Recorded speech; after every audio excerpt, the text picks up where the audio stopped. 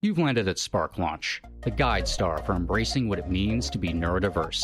Here, we navigate mental health triumphs and tribulations from all across the spectrum, charting a course through the shared experiences that unite us, and discovering how to embody the unique strengths within neurodivergent and neurotypical alike, igniting your spark and launching it into a better tomorrow. Today, we'd like to welcome Briana McCallum, founder of Divine Empowerment Coaching, a holistic empowerment practice built specifically for neurodivergent individuals and their caregivers. As a neurodivergent woman, Briana forged her own path to healing into a practice that helps people transform their challenges into their greatest strengths. Welcome to the show. Thank you. Welcome, Briana. You're my kind of girl. When I heard Reiki and energy and all the healing techniques that you practice, I was like, oh, this is my kind of person. So tell us about your journey and how you got here and why are you called to do what you're doing?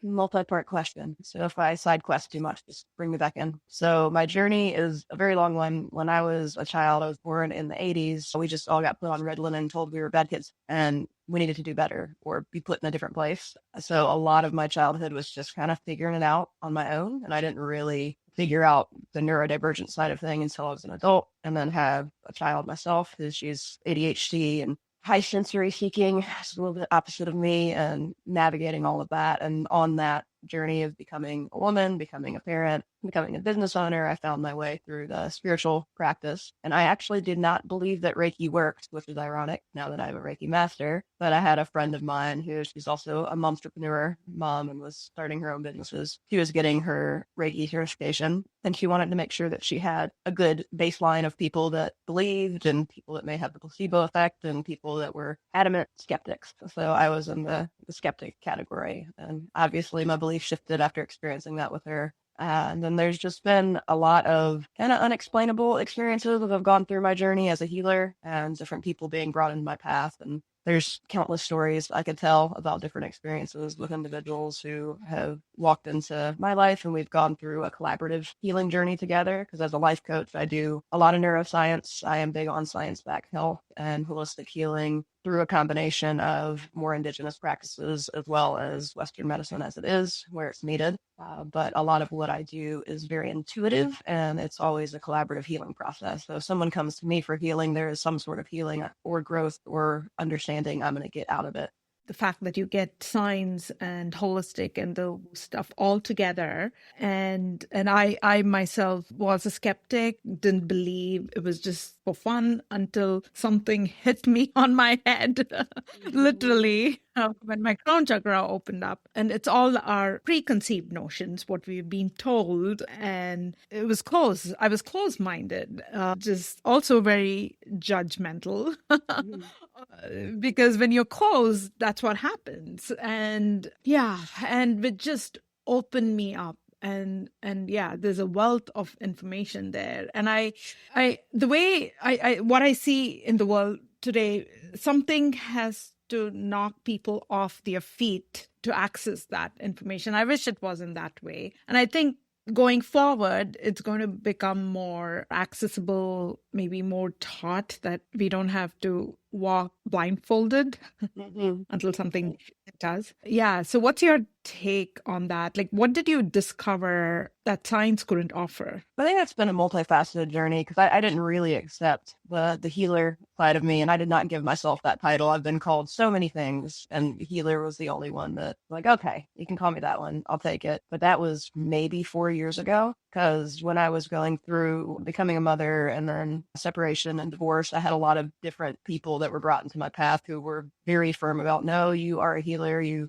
energy that you bring and authenticity you bring is a different side of humanity that a lot of people don't have. But also, there's a few terms that I've been introduced to recently that really resonate with me. One is sacred disruptor. And that's what I recognize now. Some of those people were trying to explain to me that I disrupt patterns in people, but naturally I don't do it. I mean, now I do it on purpose as a life coach. It is an intentional process. Like, hey, I'm going to come mess you up in the most beautiful ways. It's going to be great. But a big part of what my energy does, the way that I was designed, is I disrupt those toxic patterns in people, or just the damaging patterns. Some people lean in, some people run away, some people try to fight me about it. My fault for doing that. No, I'm just existing. Did not ask to be designed this way. way. But it's been quite a journey of leaning into that and allowing it to happen and understanding that the world and society we live in has taken away our just innate connection to great spirit, energy, whatever people call it, but our connection to the world around us and people, in my opinion, is where we're intended to be, because we are all connected, whether we want to be or not. And now we live in this very isolated world, and the way that we build community and the way we come into adulthood, it's not like it used to be. It used to be you had to go through initiation rites where you had to show that you had resilience, that you had connection to great spirit, that you had connection to your intuition, that you also had knowledge. All of those things had to be present.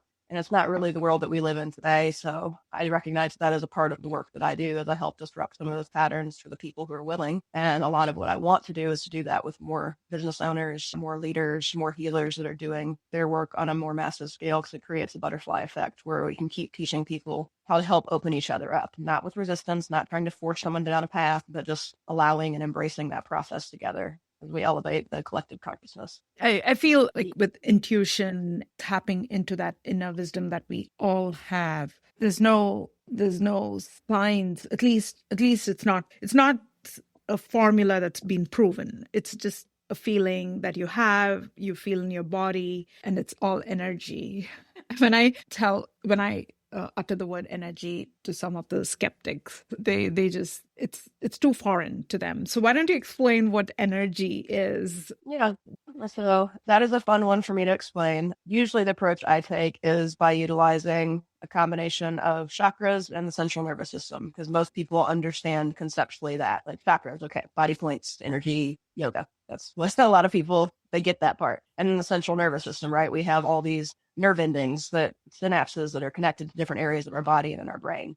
And it's interesting, if you study the chakras and all of the different chakra points, not just the major chakras, but the secondary and tertiary chakras that go throughout our body, a lot of the pressure points that are used in some of those more energetic Ayurvedic practices, they actually align with the central nervous system and where our brain and bodies connect, but they also connect in those energy centers. So if we're going through grief, for example, a lot of that work, it's going to be, some of it is heart and solar plexus. So that's the one that we can feel. That's a very visceral feeling, when we go through the emotions, heart rate increases. But a lot of that is also root chakra work, root and sacral chakra. There's a lot of need to reground, a lot of letting go, a lot of like birthing of a new version of ourselves in that process. So a lot of people hold grief in their hips. And if you look through the chakra systems and how the energy flows through the body, if we don't allow that energy to flow emotionally, physically, on an energetic level, just like, we have to stay hydrated to keep our body flowing correctly. It's similar with our energy and how that works. If we don't deal with our human side, our emotions, our physical body, all that energy centralizes and gets stuck. So a lot of people that end up with a lot of hip and back pain, a lot of that is centered around grief. And that was brought to me by a psychologist that I was working with, who she recommended I go to a Rolfing specialist who also did energy work and energy healing, so that she could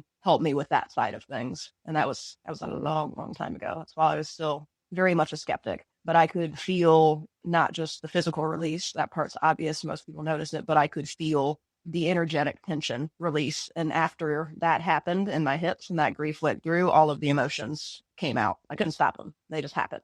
So for some people, trying to explain energy to them is going to be a challenge unless they're able to experience. I think that's one of the good parts about me being a Reiki practitioner is, all right, you want to experience energy flow? Let's do it. I even had somebody at work ask me, who is a skeptic, to do a little Reiki session on him. And it's been a journey ever since that. Yeah, it's amazing, because energy can be stuck in your body, as you mentioned, and it shows up as pain. It shows up as crazy thoughts. It can show up in many different ways, and we need to release it, because you can hold on to low vibrational energy from childhood, for instance, and it shows up in every action that you take, and we don't realize it. So it's not really anybody's fault, but we've never been taught how to release it. But once you release it, you're free. And I also have realized that it's a daily practice, because we are energy bodies, and we pick up from our environment, and we need to protect ourselves. It's important. Yeah, it can't be seen, but it can be felt. Energy.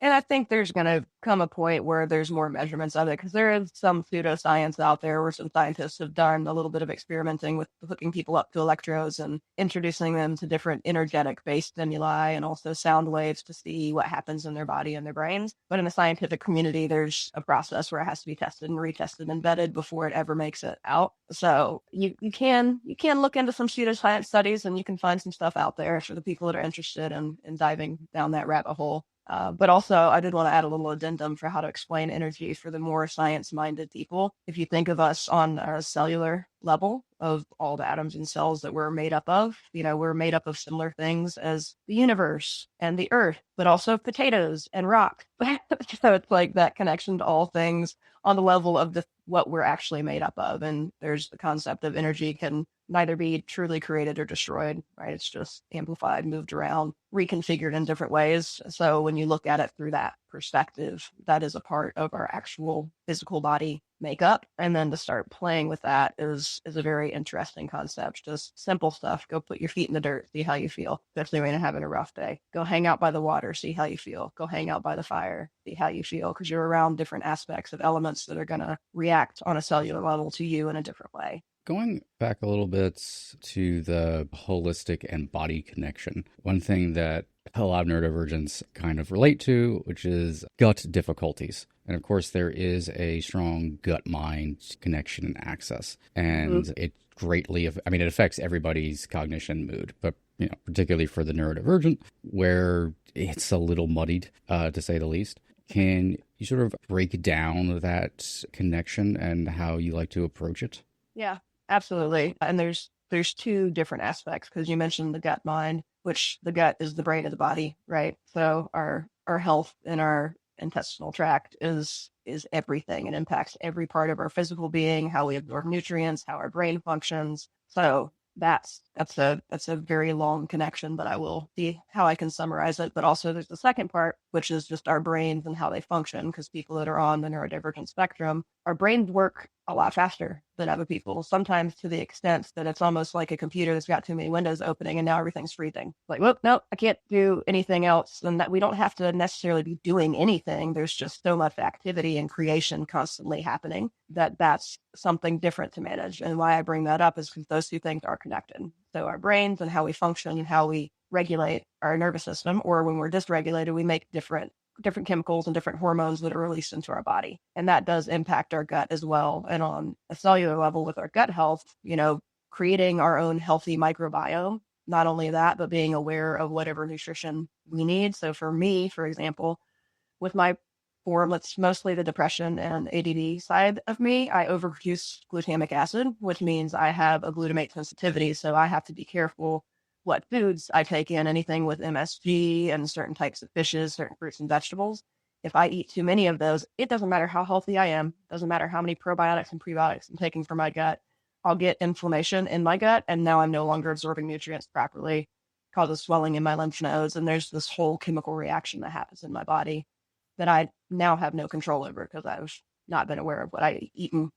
So that's where people that are neurodivergent, is really important to monitor diet and to really listen to your body and pay attention to what it's telling you. Are you more foggy after you eat certain things, or a lot of us tend to go towards caffeine and sugar. Are you getting that ramped up high that helps you hyper focus for a while and then crashing? And how can we stabilize those glucose levels, or how can we supplement nutritionally, or maybe go for a different type of a stimulant like B12 or green tea extract as opposed to coffee? I miss coffee, but it does bad things to my body and my mind.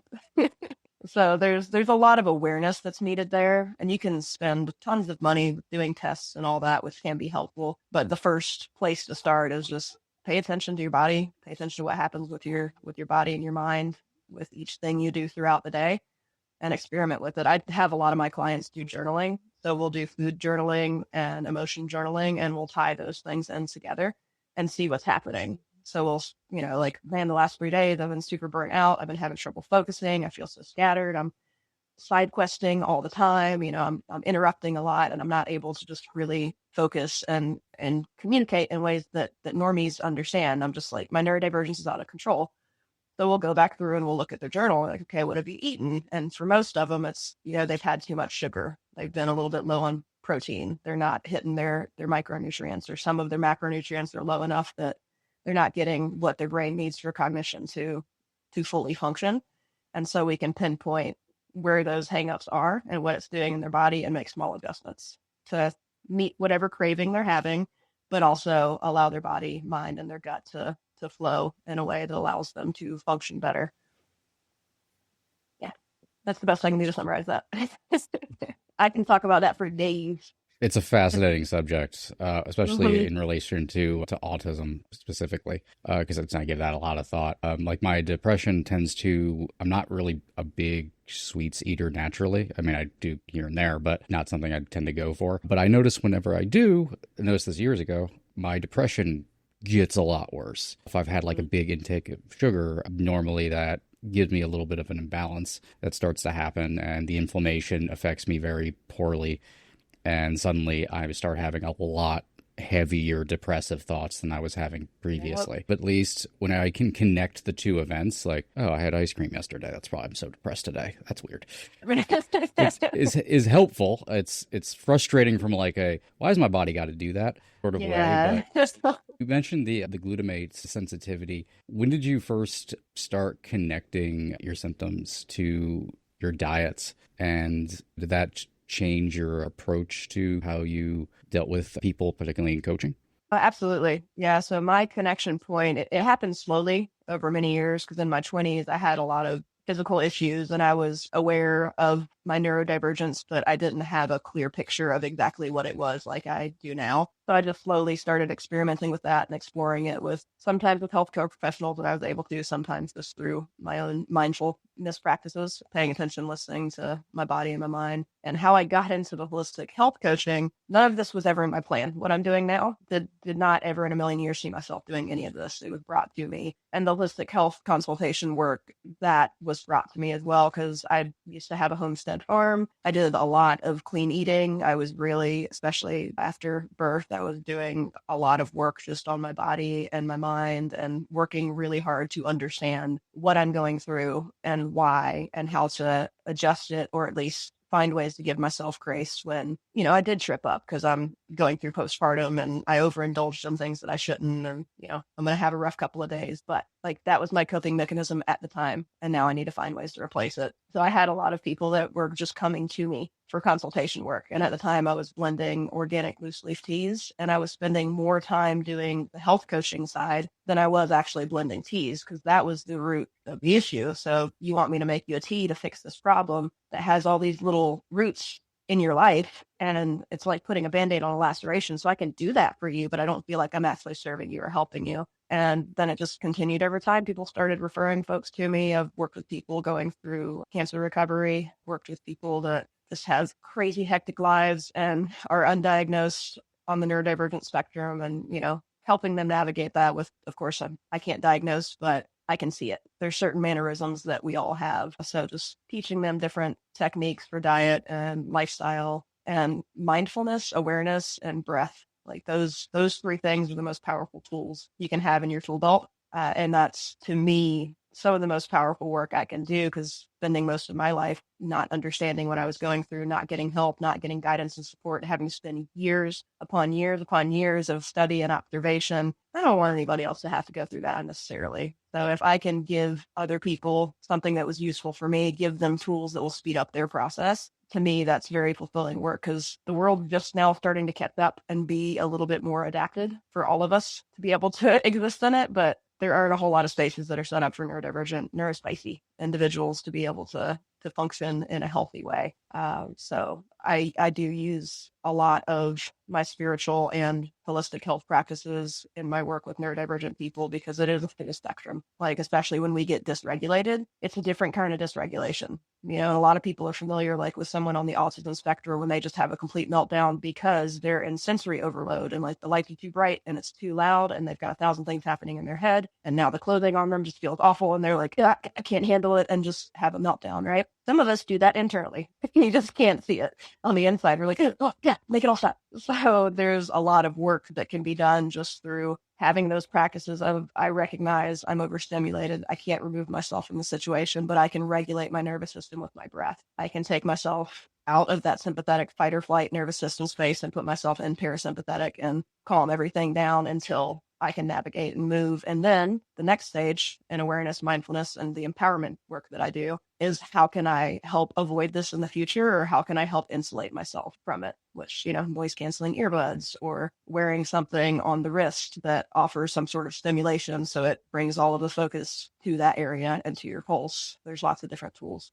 Yeah, I think that's why being self-aware is one of the most important things, knowing yourself, which we don't do enough. Yeah, but I also wanted to talk about masking, because that's quite prevalent with neurodivergence, especially because the systems are not built for us, and you fit in and we don't know who we are. And what happens to the body? What happens to the chakras when you mask? Because I know I have the answer with what happened to me, but I just want to hear from you. Yeah. So on an energetic level, and I do like to talk about the mind and the energy together because they do flow in together. Like, we have the spiritual version of ourself, which is, it's above us. It's what's connected to Great Spirit, Divine, God, Yahweh, whatever people are calling it. That's there, that's present all the time, right? And then when we get too into our mental space, our third eye, which is our intuition, so that's Great Spirit speaking through our body, that connection gets lost. And most of us, especially when we get dysregulated,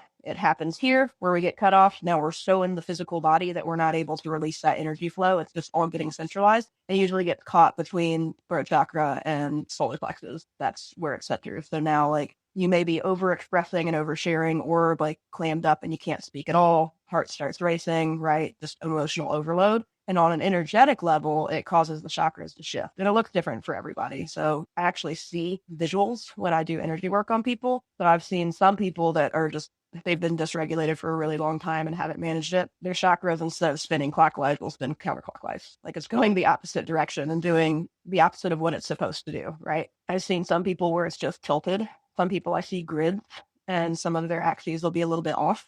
Some people I see it as light, so I can really tell where the dysregulation is centering, and it'll dim that energy center some. I actually did some energy work on one of our panelist speakers at the Health 2.0 conference, and we did some work, and hers was in that typical range. And after we went through and did that release, it was really interesting to watch her go through the processing and understanding. And then I always ask questions, because there's the real world story that we're going through. And once I had more understanding of what I saw and felt, because it was like, there was anger, there was grief, there was resentment, there was frustration, there was longing, there were lots of things that almost seemed contradictory, but all of that energy wasn't hers. Some of it was her family's, right? But it was getting locked up in her centers because she was completely blocked up here and completely blocked down below. So she wasn't fully grounded. She wasn't allowing spiritual flow to fully come through. It was like a little trickle, right? So opening up that, it was like a dam bursting, and all of the energy centers aligned. There was even flow. It's kind of like a beaver damming up a river, right? It'll still flow. Something will happen, but now there's this blockade. And that's what happens when we get dysregulated, is it can disrupt our chakras. And to your point earlier, that's what makes it a daily practice to just go through, do that energy flow. I do have a series of protections and energetic boundaries that I do. I'm working on a video that I'm going to post on my YouTube at LMHC that goes through that whole process of things that you can do in both the real world to set boundaries with yourself, with others, to prevent so much dysregulation, and then how to re-regulate your body and protect your energy center. So that way you're keeping your energy here. So when you get dysregulated, you're not now taking in everyone else's energy while your energy is trying to find its way. And then also how to re-guide that, recenter it every morning, every night. That's a part of my practice too. It's amazing. I always found grounding being a challenge, and now I'm not. Obviously, I'm here doing what I love, living my purpose. But I think there was a reason. There's always a reason why I was not doing what I was doing, because I was in research mode. That's what I was like. I had to experience before I could provide a solution. And yeah, it's just so beautiful when you do that, because even with the daily practice, you can still feel it, right? So but I can't imagine just going off into the battlefield, because we are all going off into some form of battlefield without any kind of protection, right? You're just going and then just reacting instead of being proactive. I think that's what really helps when you become mindful and use it as a practice. You know what you're doing. I only wish this world did more of it. Yeah, and we're not, as a societal whole, there are pockets of society, but as a societal whole, we're not taught to do that. And there's lots of different routes I could go with that discussion. But it's a cultural, I'm going to call it a malfunction, right? So we've handicapped our society at functioning at our fullest potential and being fully empowered in ourselves, or even being able to let go, because we're also control based, where things have to go a certain way or else we struggle. And a lot of us on the neurodivergent spectrum, we're like that too, where it's like, oh, if I'm not on my routine, it really messes things up. I know I had to work to let go of that. I would intentionally create chaos in my day and just come into it unprepared, just so that I could teach my brain to stop being triggered in that moment. Like, you can flow through this, you can figure it out, you're resourceful. But also on that energetic and emotional level, just to be able to understand the only thing we really have control over is ourselves and how we respond, how we react, to get to know ourselves. And that's all we can do. We can ask other people to help us. We can plan as much as we want, but my two funny ways of saying it are life be lifing, sometimes on us without our consent. So that happens all the time. Can't stop whatever's going to happen in life. It just, we do our best to prepare, and be peopling, and not always in helpful ways. So those are two things, like the little jokes in our crowd when somebody's just so frustrated with a person or life in general. Just, life is lifing on you. I'm sorry. It's like, people be peopling, and they're not peopling very well right now. So you just recenter back into yourself and keep those supportive people that are in alignment with how you function, who give you grace, who support you, see you, understand you, are curious about what you're doing, how you're doing it. And that's the grounding point for me. What have you seen with neurotypical people? Because they are blocked as well in a different way. Well, and I think I was about to use the word easier, which isn't easier at all. I know for us with the spiritual side of things, because of the way that we energetically vibrate, we're already at a higher frequency. It's a little bit more accessible for us to be able to tap into those things once we focus, once we have the tools we need. For neurotypical people, it's a different world for them. So there are some things that are easier because they don't have all the extra going on in their brain. I talked to a friend who is neurotypical, and I was explaining to him what my morning looks like, and I only explained 30 minutes of it. And I added in what's going on in my head as I'm doing these things. And he's like, I don't understand. Like, what do you mean? Like, I just do the things, and I'm not thinking anything extra. I'm doing the thing. Like, there's like no noise in your head at all. No. And you don't like see pictures, like when people are talking, you don't see that like a movie in your head. No. Oh, that sounds peaceful. It's a different pathway for them because there's not as much constant noise around them. However, there are a lot of people that are neurotypical that their resilience level is different because they don't have to deal with that constant challenge all the time. I know for me and a lot of my friends during COVID, as a lot of people were now experiencing like crippling anxiety and depression, persistent depression, and so much being out of their control and having to learn how to accept and adapt and flow. A lot of my people were like, yo, we go through that every day on a normal day. Welcome to our world. Would you like some support?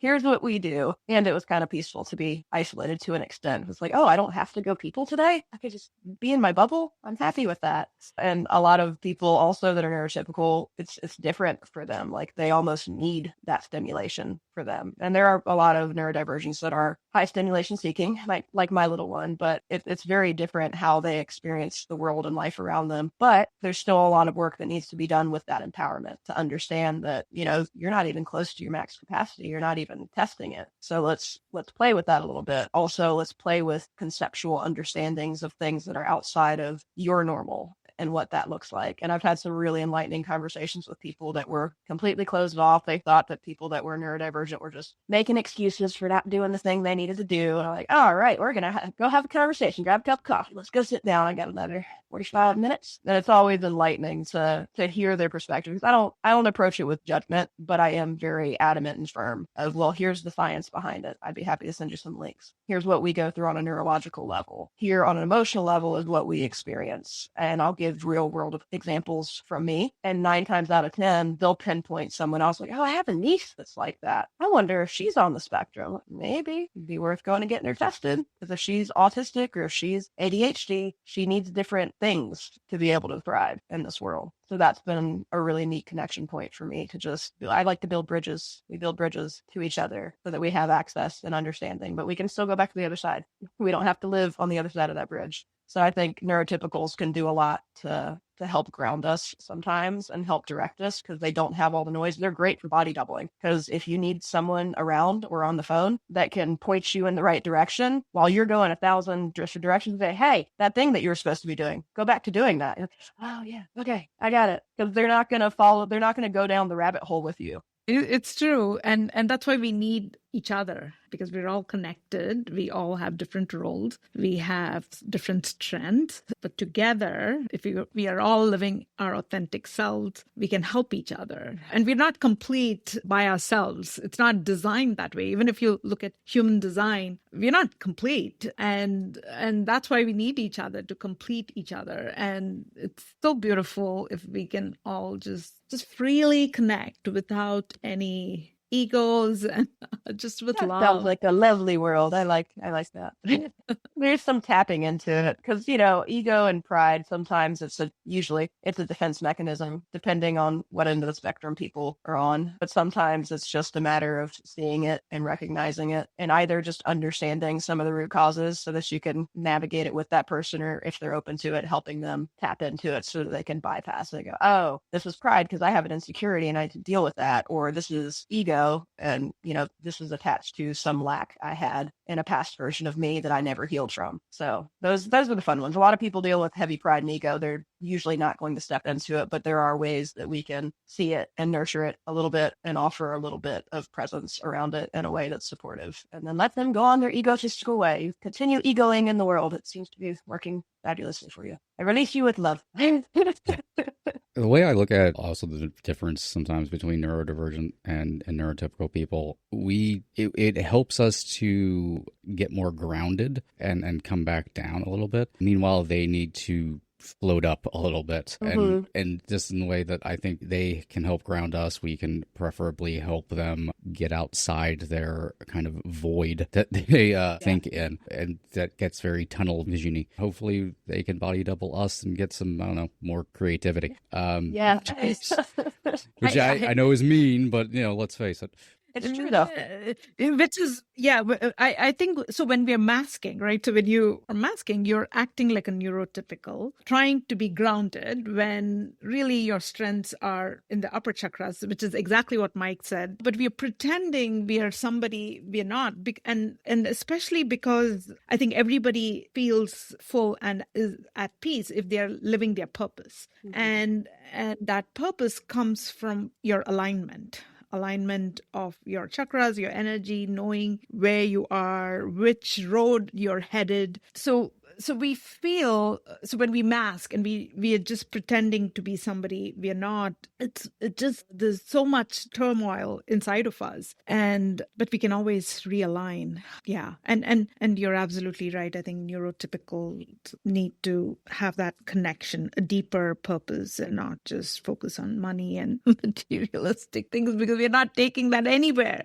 Right? We're just leaving all that behind. To your point about elevating some of the neurotypicals up to a more creative space, most of the most brilliant innovators and creators of our time were all neurodivergent before that was a term and there was a spectrum. Yeah. And it's really obvious when you go back and look. So many people collected very odd, specific things, it turns out. One point I wanted to hit is you've talked about on your website and elsewhere being medication intolerant, which is a reality for certain members of the population in general, let alone neurodivergent people. Besides intolerances, for those who have mental health struggles, there's what's called medication resistance. That's an entire unfortunate subtype of depression. I know a couple who struggle with that. It's frustrating for a lot of folks. I'm lucky that I tend to be fairly receptive to meds and fairly sensitive to them, but that's not a reality for everybody. So for those who feel like they don't know exactly where to turn or what is available to them, what can you say to that person?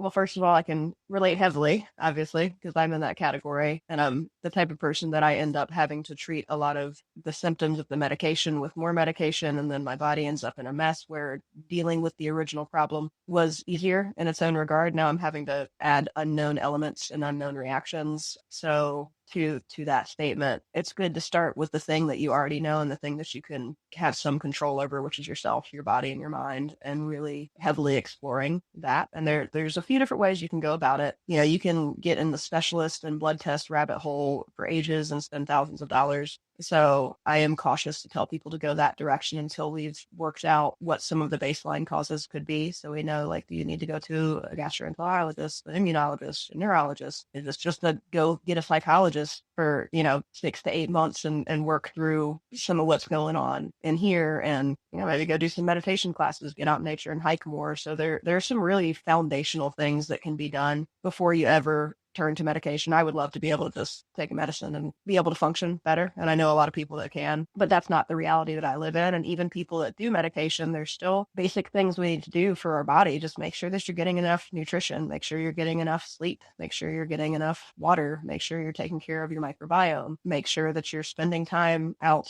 in nature and you're not just isolated, make sure that you have human connection with supportive individuals. There's all these things that heavily play a role in our mental health and how we regulate, and have people that help you co-regulate, because those are moments of enlightenment when you're around someone who sees you and observes you. And ask questions. If you have someone who knows you really well, like, ask what they're seeing, because they may be saying something that you don't, but not everybody's going to just say, hey, here's what I observe about you and what I think is your problem. And also, most of us don't want to hear that. So there's a lot of simple tools that you can use just to first really feel out what's going on in your body. Research, you can ask the Google a lot of things. There's tons of scientific studies out there that can give you, different descriptors, like the DSM. I think they're on 5 Diagnostic Statistics Manual, 5th edition. You can go through and look, if you think you're ADHD, go through and read what the common symptoms of ADHD are. See where you fit in on that. Now, you may be more on the ADD. They separated those and combined them into one again, but they are very separate. You could have OCD, but that's a comorbidity to ADHD. If you're autistic ADHD combo, you're going to have a lot more OCD as a comorbidity that happens with that, for example. So there are a lot of things that we can do, especially if we're like feeling super lost in it, not knowing what to do. That's one of my safe places, is to research. I'll research the heck out of whatever it is that I want to know more about that I'm not able to fix easily because it's bothering me until I figure it out. And I want to heavily touch on the supplementation and nutrition part, because that's a big one. We forget to eat sometimes. We forget super simple things. Sometimes we're really dysregulated. It's like, when's the last time I drank? Do I need to go to the bathroom? Have I eaten anything? Did I sleep last night? How many times did I wake up? So there's those simple baseline things, but especially for us, the way our brains work, we do need more adaptogens. And so that can be like lion's mane and cordyceps and all of those medicinal mushrooms. Those are great things to put into your diet. Obviously, always test your body and see how it responds to things first. Micronutrients through things like chia seed and flaxseed, which has a lot of omegas that are really good for cognitive health. So really paying attention to all those little supplementations to your diet. I have a whole smoothie I make every morning. It's got cinnamon and ginger for inflammation and gut health. It's got 2 different mushroom blends. So I've got about 10 different mushrooms that go into my diet. If I don't take them for a day or two, I'm all over the freaking place.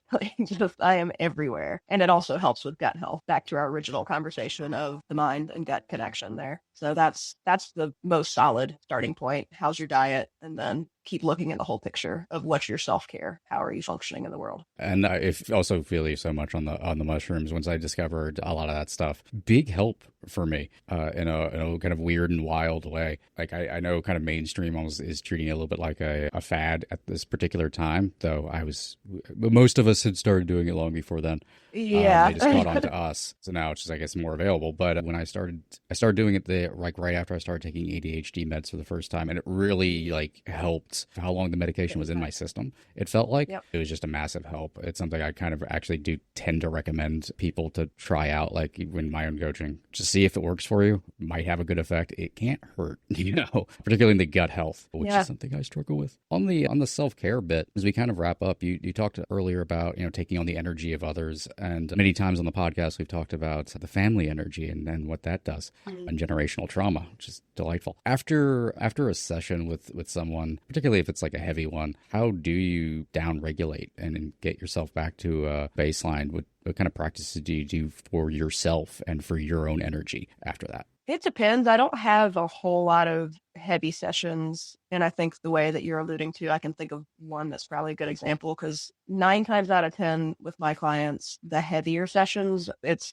healing heavy. So they may be releasing a lot. But for me, number one, I don't take that energy on. I always have different prayers and meditations I do before I ever go in, so that there's nothing harmful that can pass between us. There's nothing harmful that can enter into that space. Everything that comes through is ultimately for our highest and best good. So usually to me, it's great afterwards. Like, man, that's awesome. Like, I'm so glad they were able to release that. Hopefully follow up with me, let me know what's going on in your week. But I did have one, it wasn't a healing session. I think that's why this one was so heavy. It was a meditation. It's back when I was doing more with the teas. And she was one of my first platinum subscribers. So she got a meditation where I would connect to her higher self, do a meditation for her, and then I would give her teas based off of what came up in the meditation. And she was in just such a heavy space. And it's somebody I've known since I was a child. And it wasn't a healing version. It was just like self-destructive, like keeping herself. I literally saw her like strapped down by thorns, and like the higher self version of her sitting above her, like just telling her basically like, get up, we can move out of this. And she was just stuck in it. So in that one, first I cried, because emotional release is there for a reason. What I tell my daughter is it's okay to cry, because tears are our body's ways of cleansing that emotion out and letting it be free from our body. So let the tears fall. So I did cry for a minute on that. And then I had a little chocolate, because dark chocolate always helps after energy sessions. And then I brewed myself up a cup of tea that had a lot of different adaptogens in it, neurological support and nervous system support, herbs and reishi. And then I did a little breathing exercise for myself. Of course, I wrote everything up for the client, for the friend, and then on a personal level, just let her know that I was here for her if she just needed someone to talk to outside of the business side of things. So self-care for nutrition, mostly for nervous system, breathing, because that's all neuroscience. We can deregulate ourselves and get ourselves back down to a grounded space there, using my herbal tools to help, and then creating connection with the pain point, and of course the release part. So I have a multi-step process: release, care, calming, connection, and then keep flowing. That's also just a helpful thing for people to hear, because when you get into those situations, there are things you can do. So I know you mentioned some upcoming YouTube content earlier. So why don't you tell us a little bit about that and where everybody can find you and find your work? Yeah, absolutely. So if you go to LMHTEA, like the drink, lmht.org, that's my primary website. And I'm working on a second one for divine empowerment coaching, but LMHT should have all of my social handles, my YouTube, all of that. And I'm either LMH-TEA, LMHT, or LMH Custom Teeth and Herbs, depending on which place you go. But if it's easiest, just go to my website and click on that little social icon for wherever you want to go. And for the YouTube content, the one video I'm thinking about is the one that I just reviewed that my team is working on. And it is on boundaries, regulation, and it's kind of multifaceted. It's intended to be a morning meditation. So it's like a 25-minute long video, something that you could just, put your earbuds in while you're still in bed or carry around with you, where I go through a series of affirmations to prepare for the day. So there's affirmations that are more of like the positive empowerment side of things. Also permission, like to have boundaries, to have, spaces that you're accepted, your feelings are allowed. We don't have to be accepted by others to be validated in what we're feeling, what we're seeing, what we're doing, things of that nature. And I think every segment of affirmation for like self-care, boundaries, and then protection, I did about 4 or 5 of them and repeated them 3 times. So ideally people say it out loud, but if you're like getting kids ready and doing stuff, you may not necessarily be able to do that. So I imprint it and I say it 3 times for the person. And then I go through a little bit of educational content for some breathing exercises, for the regulatory stuff that I was talking about to help your central nervous system. I think I did box breathing in that one, but I now have a better breathing technique. That's going to be future video. I still have to create that one, but it's a quick run through. It's you breathe in for 8 seconds, hold for 8 to 10 seconds, and then you breathe out as long as you can. If you can get up to 20, awesome. But the way it works with your synapses, it just, everything just decompresses. It's fabulous. But in this one, I do some box breathing, and then I talk about internal boundaries and external boundaries. And I focus on NVC, which is nonviolent communication. And it's a specific way of communicating with ourselves and others that involves, in a non-accusatory, shaming, or blaming way, naming actions or words that have happened and attaching them to a feeling. So like, when you say this to me, I feel this thing. And then the boundary part that also has consequence built in, which is only what we can control because we can't control other people. And telling them to do something is not a boundary. That's a command or a request, right? And so we tie that into, if this happens again in the future, this is what I'm going to do. I'm going to take some space, or I'm not going to continue participating in this. And when we're ready, we can set a time to revisit it when we're both calm, things of that nature. So that way, as people are doing the affirmations and protections and all the internal work, they're able to give an external support as well. So they're starting to vocalize their needs externally, but also creating more of an insulated boundary where they can either remove the disruptors in their life, or they can insulate themselves and create consequence and boundary space to stop that behavior, at least remove themselves if they're, if it's like in a work environment, family environment, where that's not always an option, but there's a stop sign. You're like, yeah, nope, this is what I'm doing. I love you. I don't want to do this. This is not helpful for either one of us. It's a pretty neat video. I was proud of it when I was watching it. Like, oh yeah, I made that. That's cool. That's the thing I did. So I'm really excited to share it with everyone, because up until this past year, I've mostly been doing things one-on-one or getting to do some of these podcasts. So it'll be good to get some of those tools out there for the masses to just use for free. Fantastic. Thank you so much. And I'll of course, be sure to put all those in the show notes for this particular episode, which, of course, is found at sparklaunchpodcast.com.